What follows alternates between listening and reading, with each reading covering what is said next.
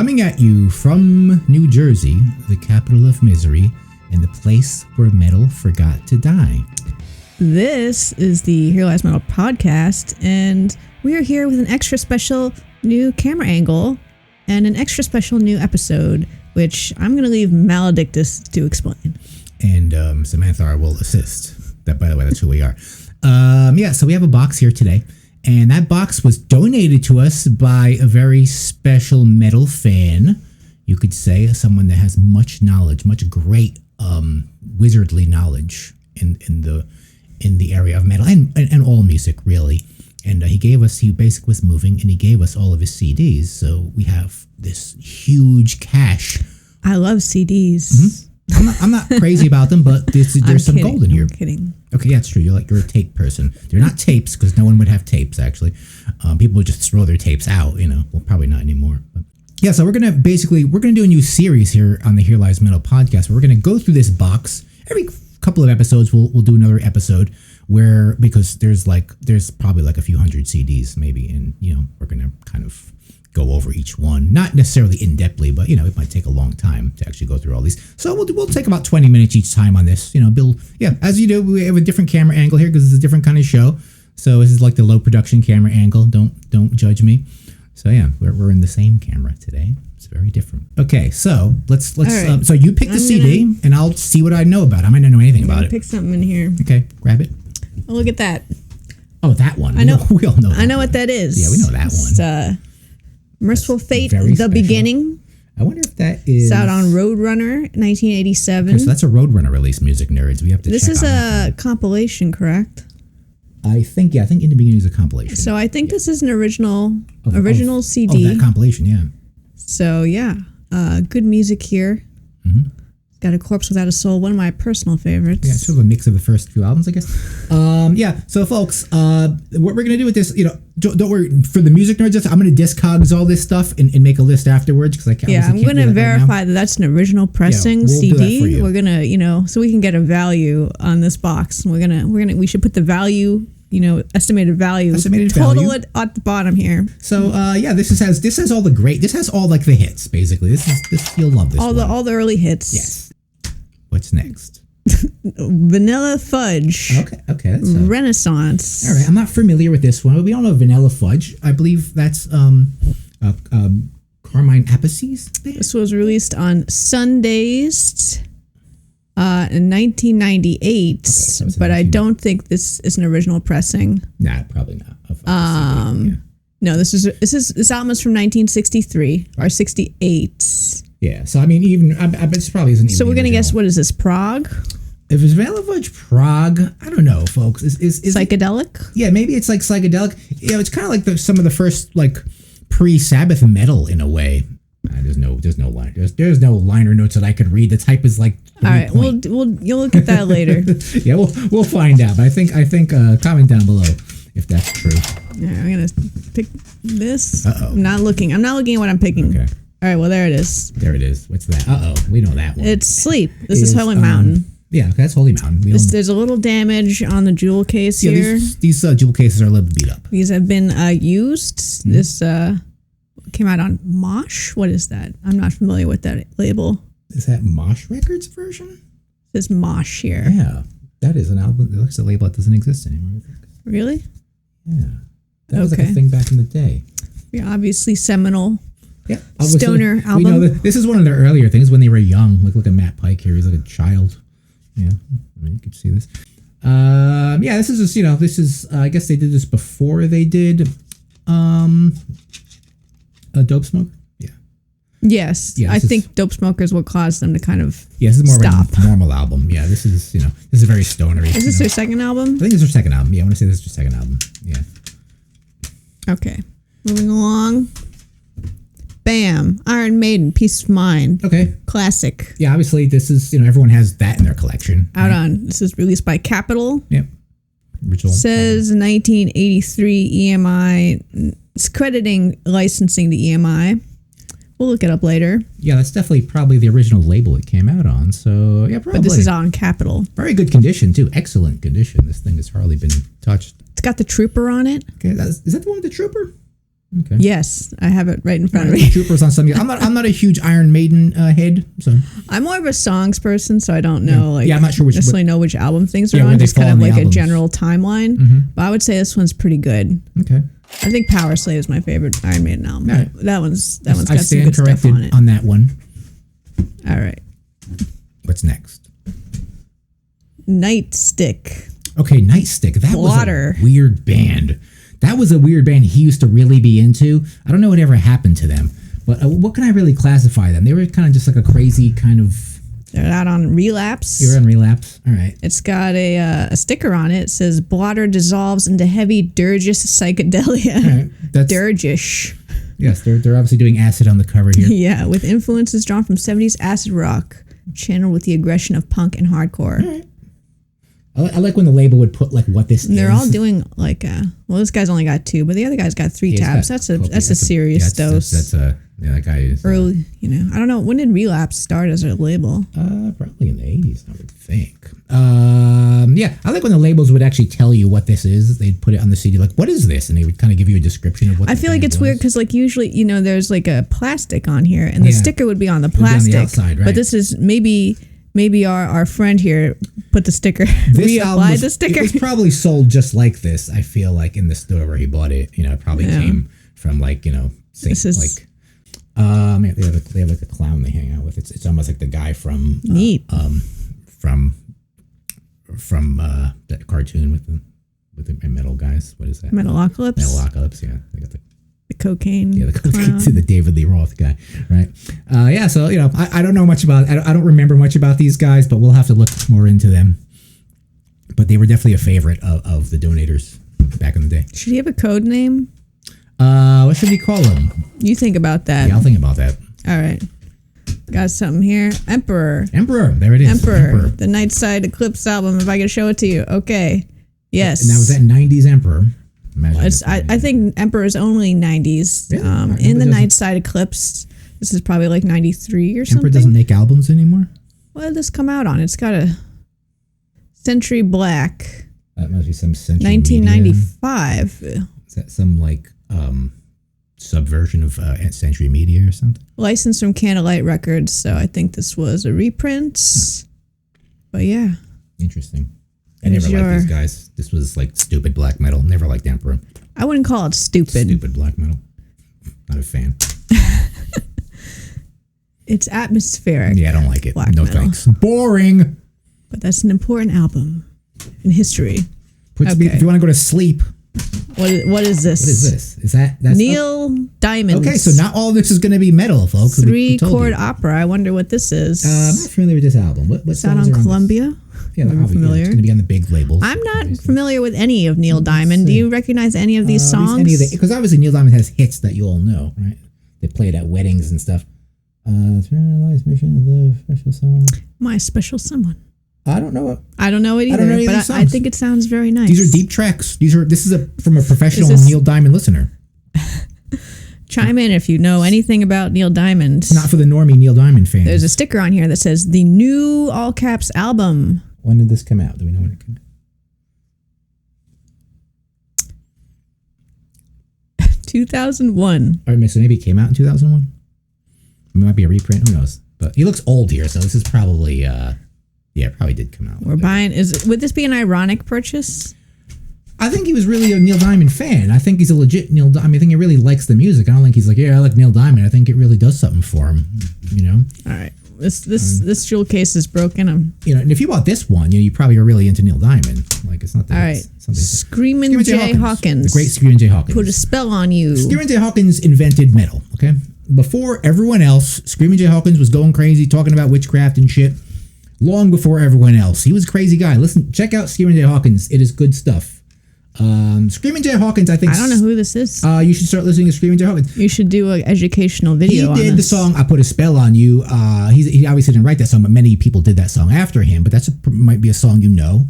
I'll put a spell on you. Like Arthur Brown did, and also what else did he do? He did a lot of songs you've probably heard before. Just typical kind of rock and roll kind of classics. But he has this kind of evil kind of voodoo kind of thing about him, and I think he sired something like 40 children. So there's a lot of children of Screaming Jay Hawkins running around there. But yeah, Screaming Jay Hawkins is great. Just check this out. This is the original metal. That's where it came from. Screaming Jay Hawkins. He's great. All right. We got something here. What is that? Is this some kind of burnt CD? What the heck? Early Pet Shop Boys. Okay. Mixed CD. Okay, mixed CD. Early Pet Shop Boys. You know about that. You make this for somebody special. You do, especially the Pet Shop Boys. It's got what starts out strong, West End Girls. Honestly, that's okay. I know It's a Sin. I was going to say I don't know a lot of Pet Shop Boys. It's all the hits, right? Suburbia. Yeah, it's the hits. Pet Shop Boys. Nothing. It's good taking a drive. Sure. All right. This is a thin. Is this another? It's another burnt seat. Dead Man, Neil Young. Oh, it's from the Dead Man soundtrack. Jarmusch film. Yeah, the Jim Jarmusch film, Dead Man. All you need to know. Yeah, I've seen the film. It's dumb, whatever. But, good soundtrack. I enjoy a Jarmusch film, and if the mood is correct. Yeah, that's a bit of a weird one. I think Johnny Depp is in that one. Of course. Actually, I have seen that. I did like that. Okay. You seen that one? Okay. Okay. Tom Waits is in it. Got Focus. Moving Waves. Hocus Pocus Focus. You know this song. Is Hocus Pocus on this? Yeah, of course. Hocus Pocus. That one. Yeah, right? It's a good song. It's prog rock from Holland, I believe. Yeah. Good prog band. All right. We're moving right along here. It's a good one. Focus. Hocus Pocus Focus. Check it out. Mr. Bungle. Mr. Bungle. I'm not super familiar with Mr. Bungle's catalog, but, it is I'm not either. I feel like what I've heard of Mr. Bungle, it's kind of like you've heard it all once you've heard some. Probably. Or maybe that's a deep insult. And you have like Mike Patton screaming and then singing. Like, he's a good singer, but then he'll just like scream. He's got a dynamic voice, I suppose. But it's very... I like Weirdos alert. Yeah, it's a very look. It's like a very tropical looking album cover. It's like, it's like something like Mr. Bungle. You can do something very ironic, but like make this tropical looking. It looks like it should be some kind of yacht. It's very 90s aesthetic. Yes, absolutely. Just sort of an ironic to have a name like Mr. Bungle and put like an island theme on it. Yeah. Okay. Exactly. All right, next. Tom Jones and Friends live. Mm-hmm. There he is. He's looking very young. He's got a friend with him. Tom Jones. Okay, yeah, it looks like this is all duets. First song is Hot Legs with Tina Turner. It's very sexy music. Tom Jones. Tom Jones. You know what Tom Jones does? Put this on when your mom comes over. Your mom will, so be happy. Get your mom in the mood. All right. We don't know what that is. That's blank. We don't know if that's a mystery CD. We're going to have to, we'll check this out. I'm going to put this in a special pile and we'll put a note on the screen of what this is. Might be my music. It might be something I did. Who knows? Check that out. It's all Maledictus. Possibly. Yes, of course. Oh, the Cars. Everyone likes that one. The Cars. That one. Is this a self-titled? The Cars. Is their first record. It's got all the good shit on it. Yeah, it's probably their first record. Good Times Roll. Let the Best good Friend's times Girl. roll. Just What I Needed. I want to say a quick thing about the Cars. I saw one of those. I watch a lot of graveyard shows, and Benjamin Orr is buried in a lonely cemetery in Ohio, in the middle of nowhere. The bass player for this band. I thought the family very sad. He's just like forgotten. I mean, we all have to be buried somewhere. Yeah, but it's like you think he'd be buried somewhere important, but he's in his hometown, whatever, in Ohio. The bassist from the Cars. Mm-hmm. Yeah, Benjamin Orr. He's just buried, middle of nowhere. Okay. Made me sad. All right, this is a nice texture. That's beautiful album work. All right, I wouldn't recognize this on my own. Yeah, this is a textured, experience just holding this. Yeah, right. It's got this nice kind of album cover. Mm-hmm. Right? It's not plastic. Yeah, it's sort of like this. I mean, this obviously is. I don't know when this was released. This was probably some repressing of this. In the Wake of Poseidon. Wake of Poseidon. Sorry. Yeah. I can read. Yeah, it's on the side there, but yeah, it's a good album. Yeah, I believe this is Greg Lake still singing for them. Yeah, I believe it's Greg Lake. But yeah, King Crimson, always awesome. Especially the earlier stuff. What is that? What is that? Anathema? Anathema. Oh boy. That's like sort of Anathema Serenades. Extra plus extra tracks. Yeah, that's so this must be a reprint if it's got extras on it. Is Anathema from Finland? It's on Peaceville. I'm not familiar. They are sort of like an atmospheric-y kind of like gothy kind of metal, I suppose. We'll have to check it out. Yeah, they I used to listen to them a lot. I think they might have been from Finland or Some are up there, but I don't know if they're doing anything anymore. But I was kind of a fan back then. I like the blurry photo of them on the It's back. just like, what do they look like? We don't know. They're all blurry. Classic. But yeah, I believe that's like gothy metal. I'm gonna say. What is that? Pyogenesis. Pyogenesis. Whatever happened to Waves of them? Eurotasia. Are you familiar with them? No. Yeah, they were definitely a band of back then. Was that like sort of gothy kind of metal? It says music to mangle your mind. That does not. This does not I forgot what they scream sounded goth like. to me. Yeah, that's not something very gothic you would say. Came out on Nuclear Blast. On Blast. Yeah, I don't know. Yeah, I forgot what they sounded like. Pyogenesis. There's only 4 songs on this. Maybe this is an EP. Are they long songs or is it? He doesn't have the time. Why are you asking me? Doesn't have the time stamps. Yeah, I don't remember what these guys sounded like. All right, we got another unlabeled mixtape to add to the pile. Yeah, we'll find out what that is. All right, moving on. All right, this is special. Oh yeah, there's Shellac. Right, we know that one. That's kind of noisy-ish, kind of. Never really listened to them. Yeah, I mean, this is kind of spans all. I mean, this isn't really metal. It's really for I think for your average hipster. It's got a special box. Yeah, it looks like a tape. It looks like a tape, like a reel. An old tape. Yeah. Like what are those called? Yeah, like a reel to reel. I mean, I think shellac was kind of like music for kind of hipstery people. I was never really into them, but yeah, very cool artwork though. I believe was that like Steve Albini did this. I believe so. I think it was out of Chicago. Never got into that stuff. Yeah.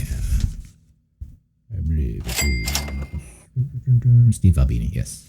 Yeah. Okay. What is that? Oh, those guys. Samael. Now, what Rebellion. Kind of, was that what kind of music was that? Isn't this black metal? Is that black metal? Were they at Psycho 1 year? No, they weren't. I think it was black metal. I think it was black metal. We will need a fact check on this. I've never really listened to them. These are like the bands of. These are like the European bands of like yesteryear of like days gone. Just comment down below if these bands do something for you, because I kind of forgot about a lot of them. Having just listened to these things in decades, literally. So it's got a yin yang on it. Yeah, it's got like a snaky kind of yin yang with that sort of snakes. But don't remember what they sounded like. All right, we don't have a cover on this. Yeah, some of them are going to be without artwork. Manowar. Fighting the World. Obviously, this is the most loved. Yeah, I don't know why we don't have the Fighting cover on the that, World. We lost the jewel case cover here. Yeah, we know that one, obviously. Got your classic blow your speakers. That's one of the most heaviest, truest metal songs. That one's a little bit silly. Made by the kings of metal. Yeah, that one's a little silly. Special note, Fighting the World. We came out, after our wedding, after we were married, we came out to Fighting the World. Obviously, why wouldn't we? Because we're fighting the world still to this day. It's got Black Wind, Fire, and Steel on it, which we were just talking about. Fighting the world every single day for the right to play heavy metal. Everyone is trying to stop us. They are, everyone. It's clearly. They just want to stop us. Okay. That's a good one.